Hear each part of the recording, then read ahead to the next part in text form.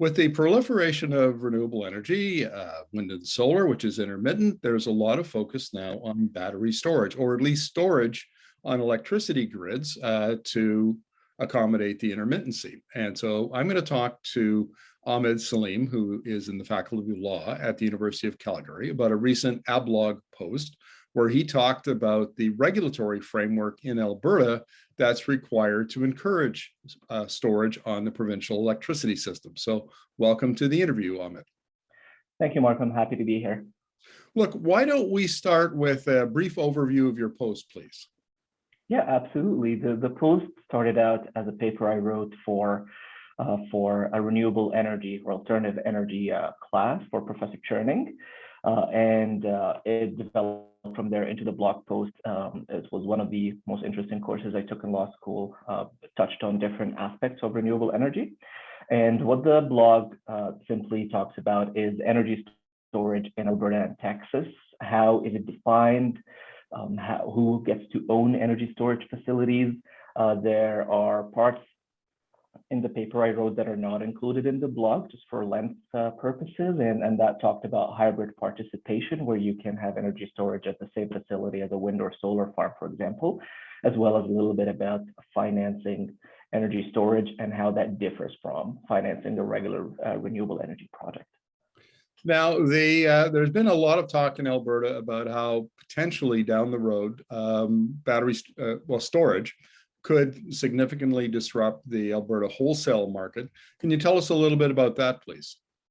Absolutely. And I definitely agree that the energy storage in general and batteries in specific have this disruption power. And the reason is, by definition, they can alternate between working as a generator where they pump energy into the system and working as a load where they consume energy from the system.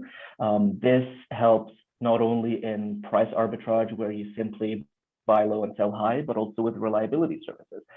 Just yesterday, I heard a fantastic podcast from The Economist about energy security in Europe. I believe it was also the article that was written in the magazine itself.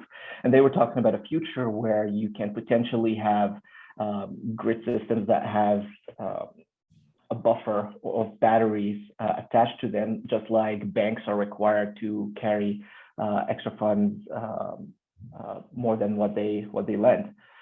So it's interesting. The technology is moving really fast. I think it's faster than the regulatory framework. So we can all wait to see what happens. So what are the differences between Alberta and Texas, and why is that important? Let me tell you, Markham, about the similarities first. They're both energy-only markets where, and that's the main reason why I looked at Texas, where the producers of electric energy, they have one revenue stream, and that's simply how much energy you produce.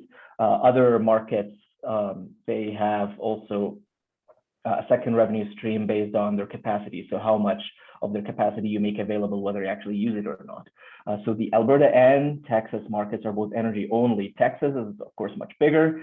They also have some differences like a futures market. They have a day ahead market that we don't have here in Alberta. But those are the two big energy only markets in North America. Right. And so how does regulation differ? And what kind of suggestions did you make for ways in which Alberta can improve its regulation?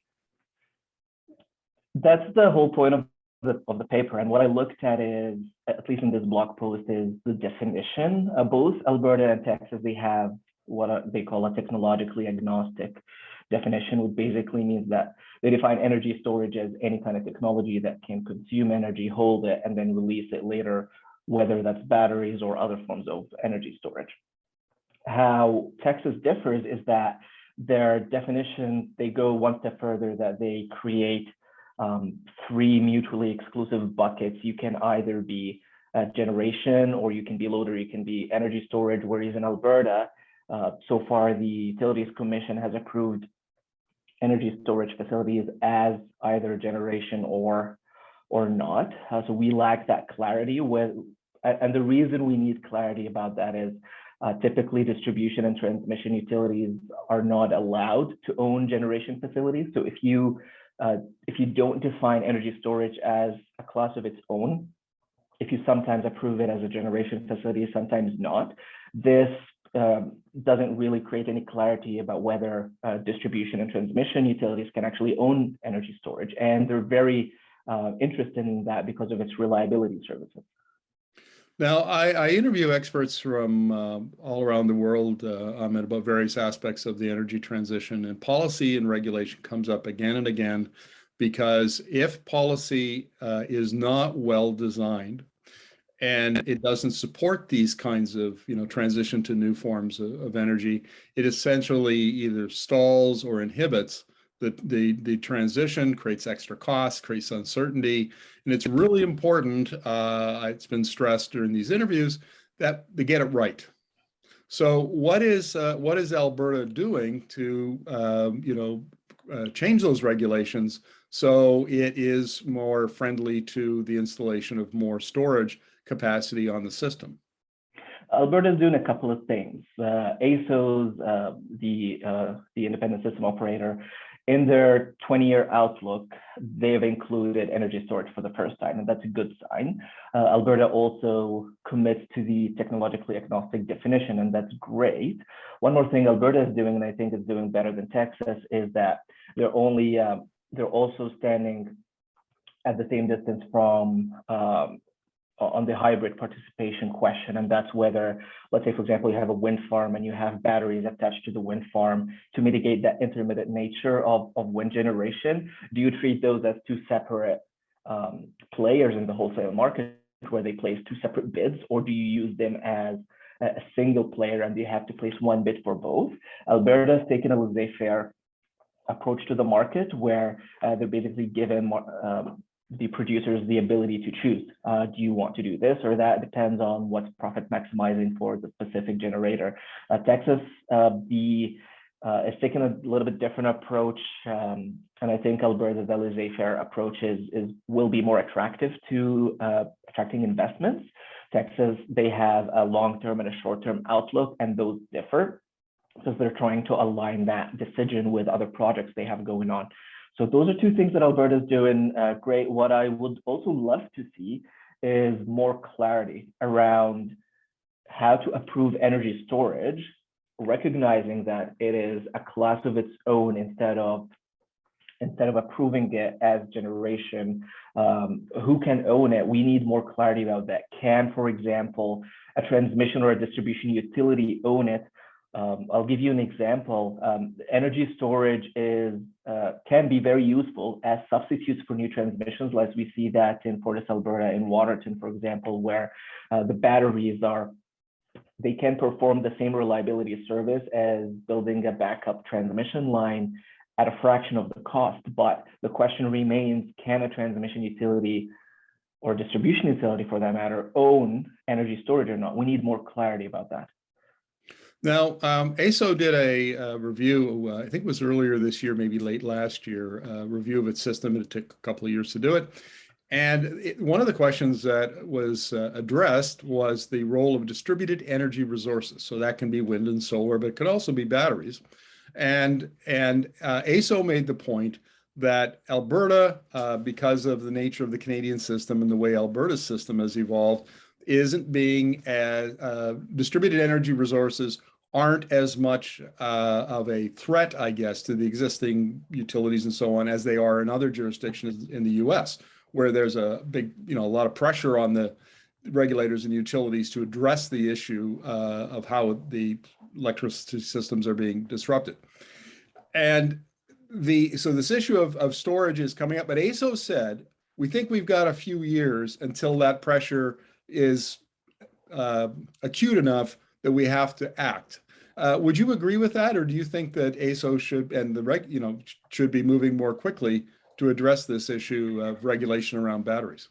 I think that depends on how fast the development of specifically wind energy is going, because battery systems typically are attached to wind farms, and that really depends on a number of factors. And AESO outlined that in their outlook, where they have different forecasting scenarios. They have the base model, and they have the green model, where they have the higher carbon tax that was announced but not yet implemented, and they have faster growth of renewables.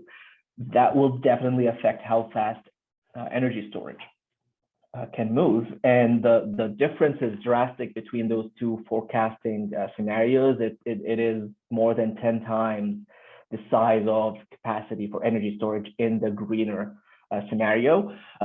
So that really depends on how fast renewable energy is growing, because at the end of the day, batteries, one of their best uses is to address that intermittent nature of wind energy. Now, the other thing is I think the higher the prices for fossil fuel, the faster we'll see that transition, because it makes the opportunity cost is just much more appealing to build renewable. A final question of it: is there a chance that if the green scenario plays out, that regulators will get caught flat-footed and regulation will not be in place to support the addition of more storage to the system? I'm afraid there is, in my opinion, especially because this particular topic lies at the intersection of law and politics, and it depends on what political environment we have, whether the government is willing to push forward such changes in the regulatory framework or not. We might find ourselves that we missed the train and we missed the opportunity, and other jurisdictions are catching up. So I'm afraid that this is the best time. Now is the best time to move forward and have a regulatory framework that is actually ready for the technological advancements tomorrow. Ahmed, thank you very much for this. I really appreciate your insights. Thank you, Markham.